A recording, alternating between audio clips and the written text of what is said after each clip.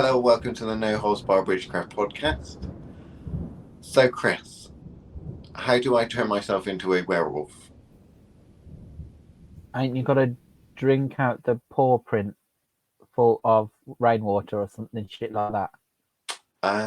Did About a you did wolf. you did you do you know that from some sort of TV show like Teen Wolf or something like that, or is this genuine occult knowledge? That's what all the books say. What book say? I can't remember Scott Cunningham writing about that. No, the kind of all the lorry shit that don't mean nothing about nothing. Okay, so how do you distinguish between the paw print of a werewolf and the paw print of a normal wolf? It doesn't need to be a werewolf. It just needs to be the paw print of a wolf, actual wolf. Oh. So if you're telling me that if I drink rainwater out of the paw print of a wolf, I will turn into a wolf. Is that what you're saying? Yeah, I think it needs to be on like a full moon or some shit like that. Right. Can you give me the full story, please? Because I don't want to go and do this and then end up it not working. And then you say, well, actually, it had to be a full moon in the hour of Saturn on the day of Saturday. No, see, they all vary. You see, that's what I'm talking about. That's why I'm calling it bullshit, because they don't all I say just the asked same you a thing. genuine question and you gave me a genuine answer, which was telling me how to turn into a werewolf. So I want to know how to turn into a werewolf because all the cool Navajo kids are doing it, That's funny. apparently, from what I'm told. That's funny. Um, no, my question back to you is, what kind of werewolf are you talking about? Oh, I didn't realize there was multiple werewolves. I think I would Yeah, like to be a kind of, I don't know, like, can I go for a grey and white kind of one, like a husky dog type werewolf? I don't mean the color, Liam. Oh, I don't mean the okay. color. Well, I want to be a So cool werewolf then, in which case. the werewolves Yeah, tend to fit into one of two categories. okay. So they either go down the kind of man wolf, you know, werewolf, where there is some kind of transformation into a half man, half beast situation. Oh, so what you would call in modern talk the Tyler Hodgson werewolf. Yes. I want that one.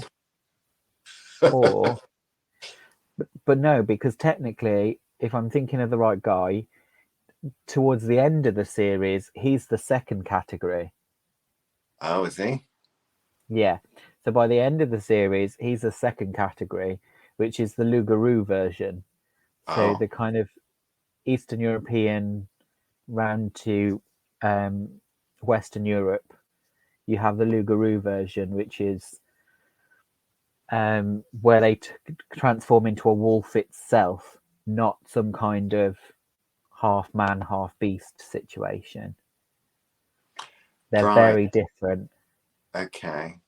So I have to pick between just being a bit hairier with teeth versus being an actual werewolf on, wolf on all fours. Do I? Yeah, I see. yeah. Those Right. those are your choices.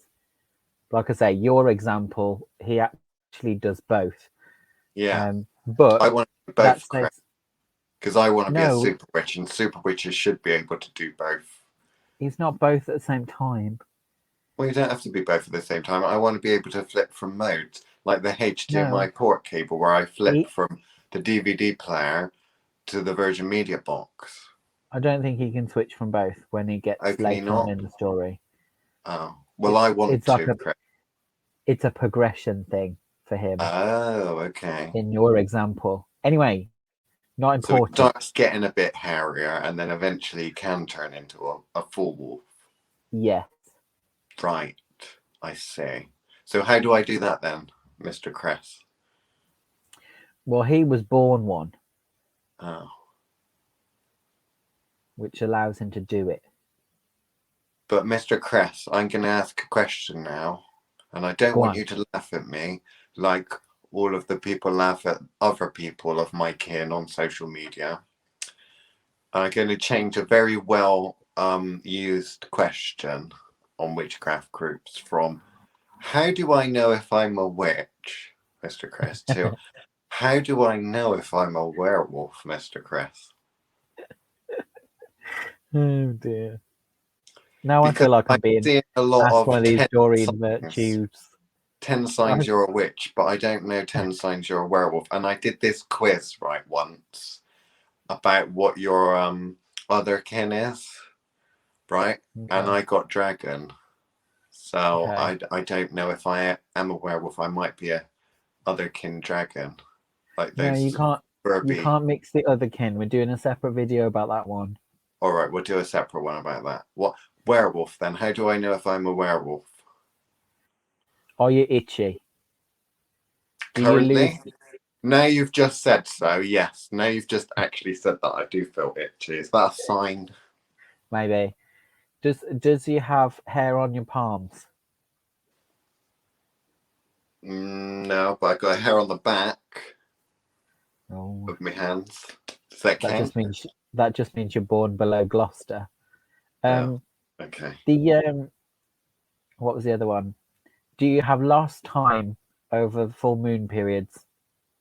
Well, I never know when the full moon is because I don't pay attention. I'm not a good Wiccan style witch that pays Oh, attention to all the lunar cycles see, and ties if all you my were stuff to them. if you were a werewolf, Do I get you wouldn't. lost time? Yes, Mr. Chris. Am I aware of whether it's on a full moon or not? I don't know, Mr. Chris. You'd be aware. You and the moon No? would be one. Okay. So I don't think you're a werewolf, Liam. Okay. So if I want to become a werewolf, how do I do that if I'm not a born one? You said I could drink from a paw print or something. Yeah, but that's your half man, half beast version. Oh, right. Okay. I want the full thing now. I want to go full fat. I don't want this diet shit. Okay. Well, that involves one of two things, which, like I said, born one, blood curse, Right. which blood curses we'll cover better in that episode we're going to do about the Maledictus. Okay. But yes, if you're going Lugaroo style, then there is argument and stories that they were shapeshifters in the true sense. So they would have been magicians who could change their form. There were now chemical transformation of some Yes. description. Right. Let's go for Yeah. that then. Okay. So how does one go about doing that? I don't know. Is there a book I can buy from Amazon? No. No. No. These are ancient. Oh. Can't just get this shit on Amazon. What are you talking about? Jeff Bezos knows nothing about transformation. Oh, ancient. Right. So I need to go to sacred texts. That means I'm not got to pay for it, which is even better, right? Yeah, you got to download a PDF. A PDF. Okay. So I get this PDF that tells me I had to go into a boogie boogie boogie Rudy Lugaroo. What's it going to tell me to do?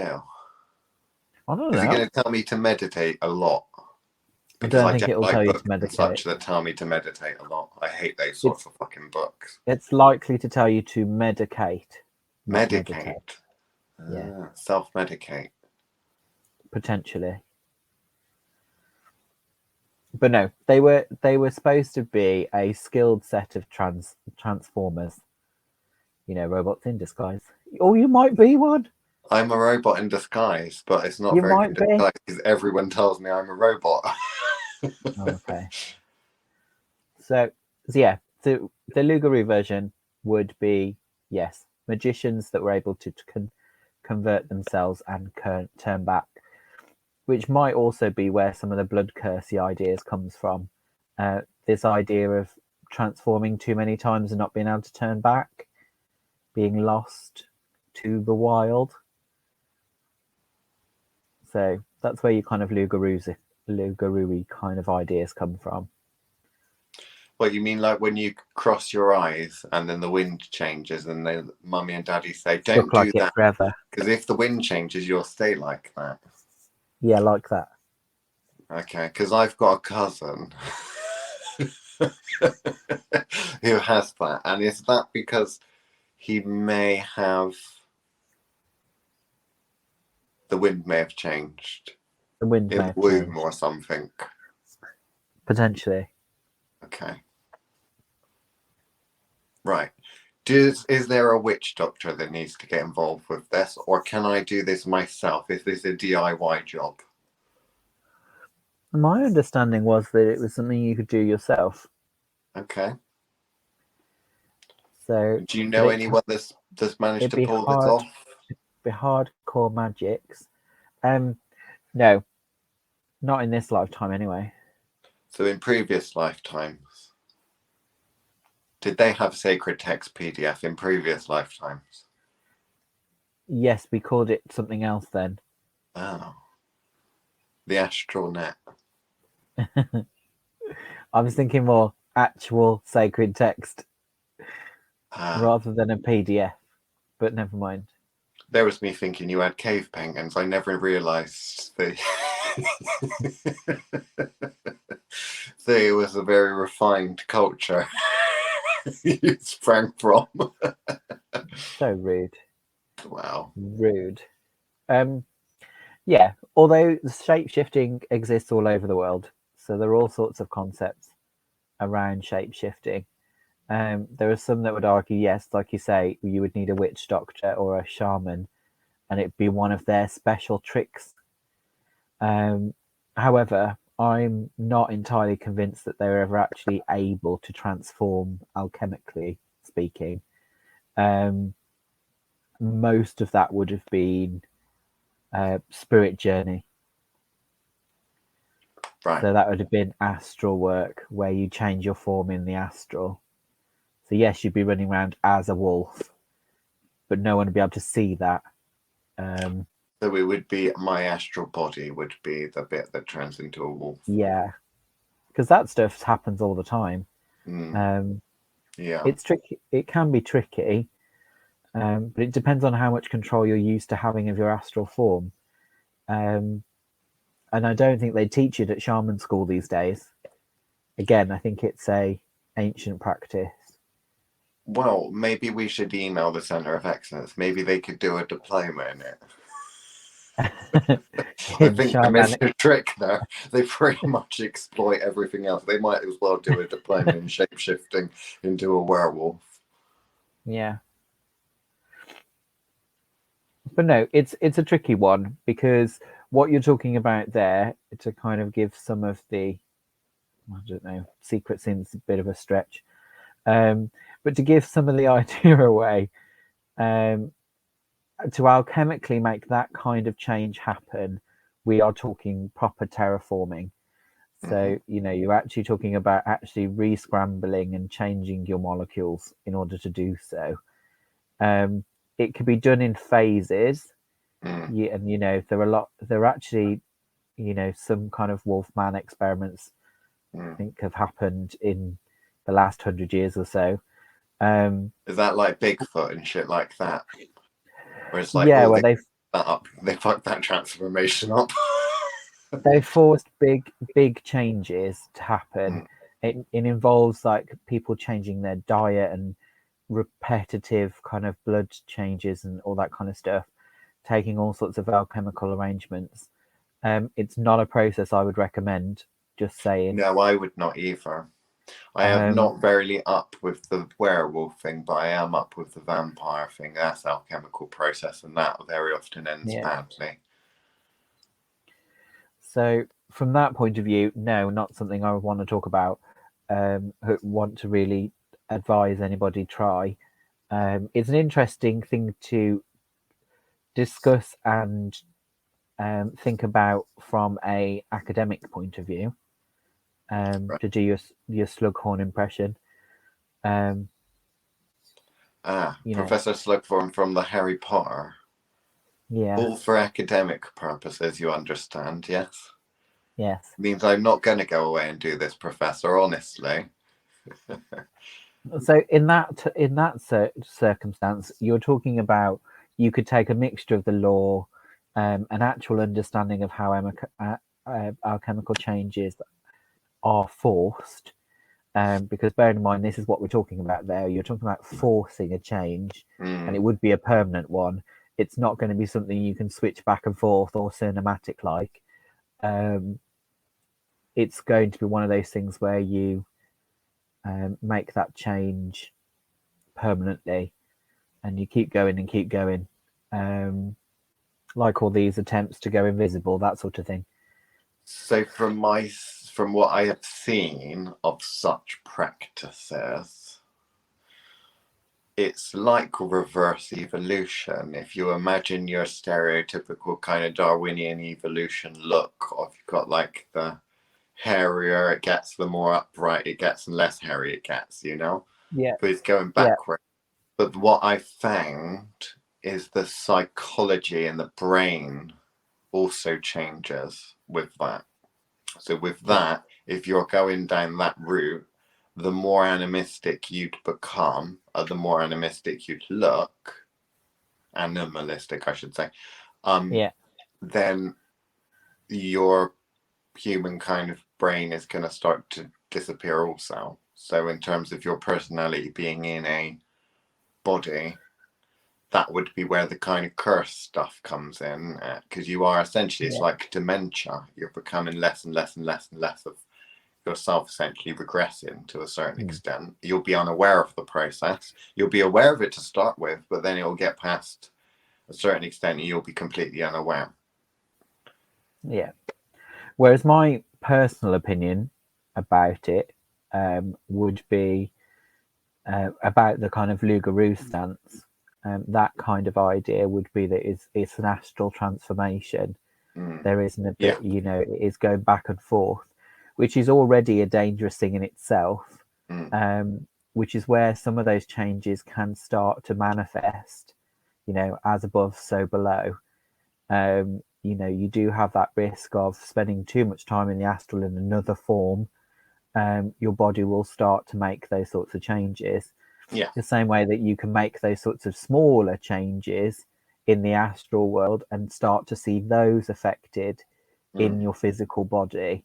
Obviously, they don't happen overnight, but if you spend enough time looking different, there is always that chance that you either start to see it during your waking day, and by that I mean in your reflection every time you look at yourself, that starts to form, things like body dysmorphia, where you're seeing something in the mirror that isn't actually there, that is somehow different, or you're dealing with something where the physical changes start to happen. Obviously, they're slow, and they're not going to be the most obvious. But yes, those sorts of things can happen. From a Lugaroo point of view, I still sit on the fence of if it was a physical transformation, I would imagine it was a one-way trip, which is where my interest in the kind of blood curse arrangement. Then, if you had children or prior to this, there's no reason why that magical transformation couldn't be transmitted along the blood after that person's death. But yeah, we're probably getting too fictiony there and too science fictiony about it. Yes, possible. Safer option is going to be an astral change. But yes, I'm sure we could talk more about astral changes. You say a safe option. It's still dangerous. A safer option.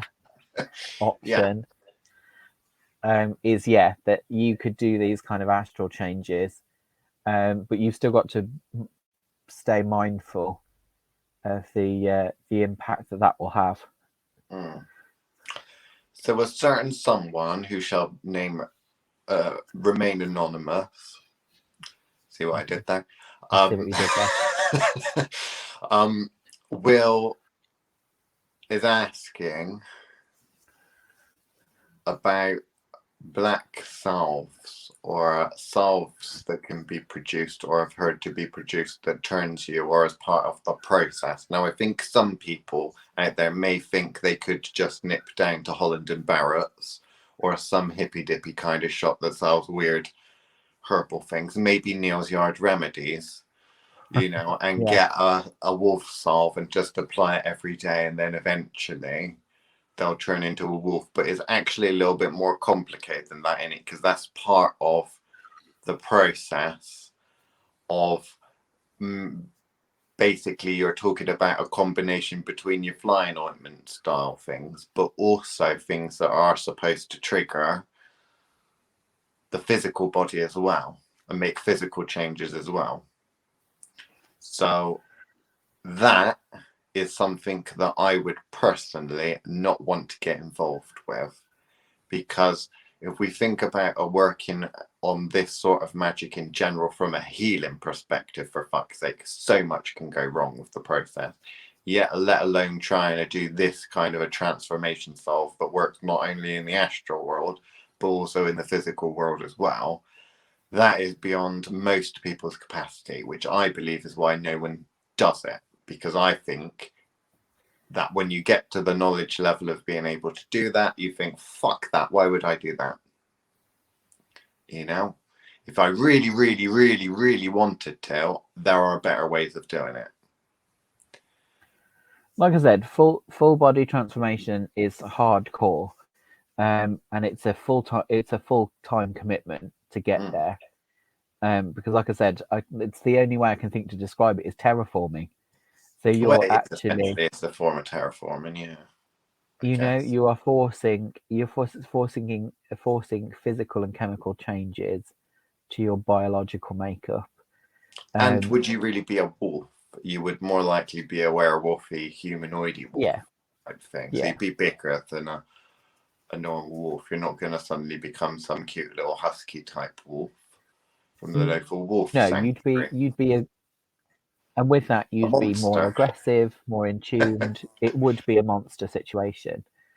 I don't know why you From would an want to act, do that, because most of the time, whenever I've seen similar things happen, it's always been by fucking accident. yeah, It's been some black magician normally from a black lodge that fucked something up and doesn't realise, because it's that kind of dementia approach. It's that kind of I yeah, thought this was a good idea. I started doing it. It started going it. I've got past the point where of no return really, and I've kind of lost the plot at this point, and have gone kind of clinically insane, but also I'm not really human past that point. So yeah, I say that the process is, in my opinion, is not something that would be recommended for people to go down that route. In terms of a physical transformation, one-way ticket to Wolfsville.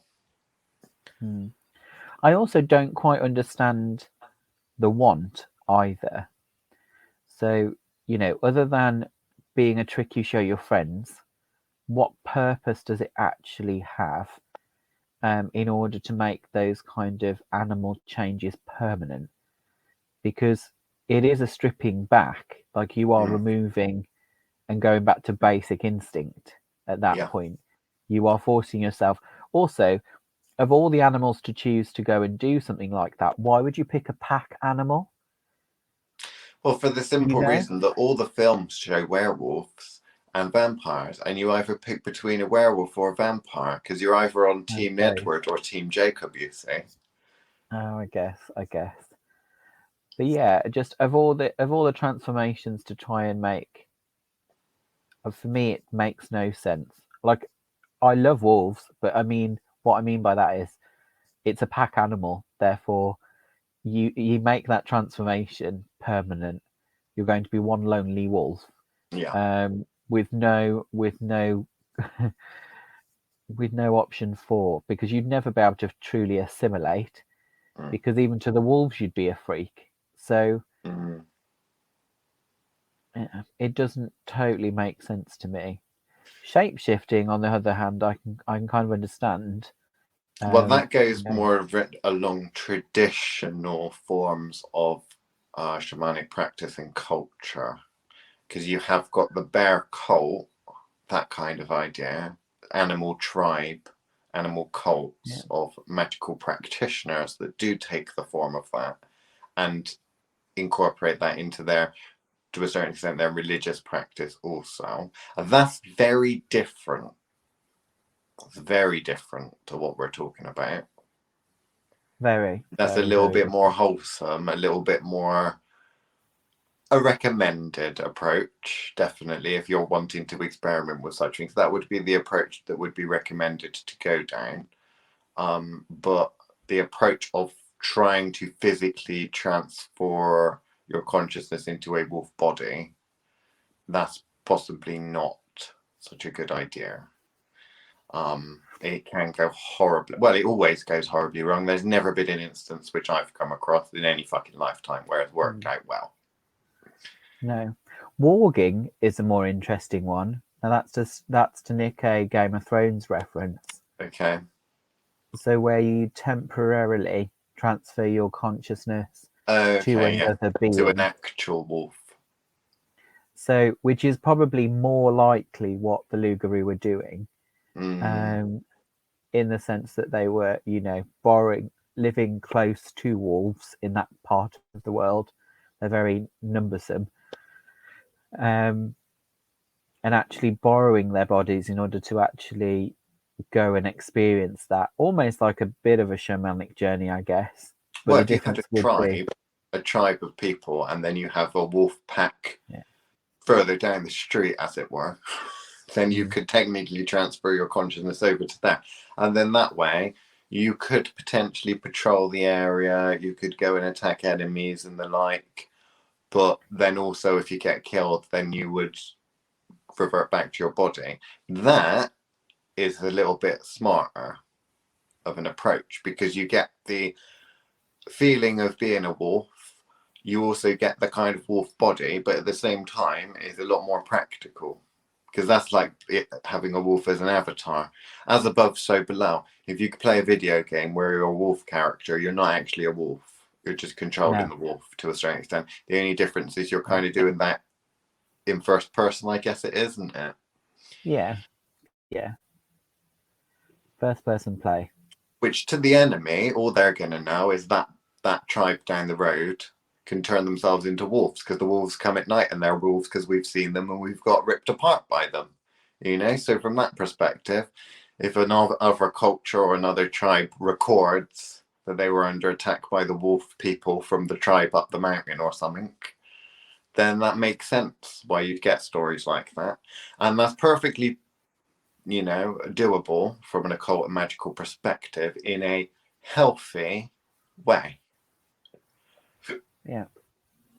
But I think that the legends of hearing about that practice and then getting it confused because they're not getting the information directly from the tribe that does it. They're getting it from another tribe. They're getting it from the evil tribe up the road, up the mountain, further up, that turns themselves into wolves and attack us at night, type thing. Yeah. Like stories are written about it, that sticks in the mind, and then they think, why don't we try and turn ourselves into wolves? And they take the wrong approach. Like when I stayed on the bus and didn't get off at the right stop, and then the number of the bus changed and I ended up at the Mall at Cribs Causeway. Okay. So one of the few times that you actually got on a bus? I used to catch the bus home from school. Well, I suppose, yeah. I forget this. And they changed it. They changed the route. And I got on as normal. And at the stop, they changed the number. And then they changed the number and it went to a different place. Which was crazy. I didn't know where I was. As it turns out, I was at a John Lewis at the Mall at Cribs Causeway. And I was there till 8 o'clock until I could get someone to help me get home. Oh. But there we go. There's a little story from my childhood. And I think that's it for this edition of the podcast. So what we all need to get you to do is to join the Thoth Witchcraft Patreon, because that way you'll get the extended episode. The extended edition of this episode, plus every other episode we've ever made, plus a load of extra bonus secret fucking content.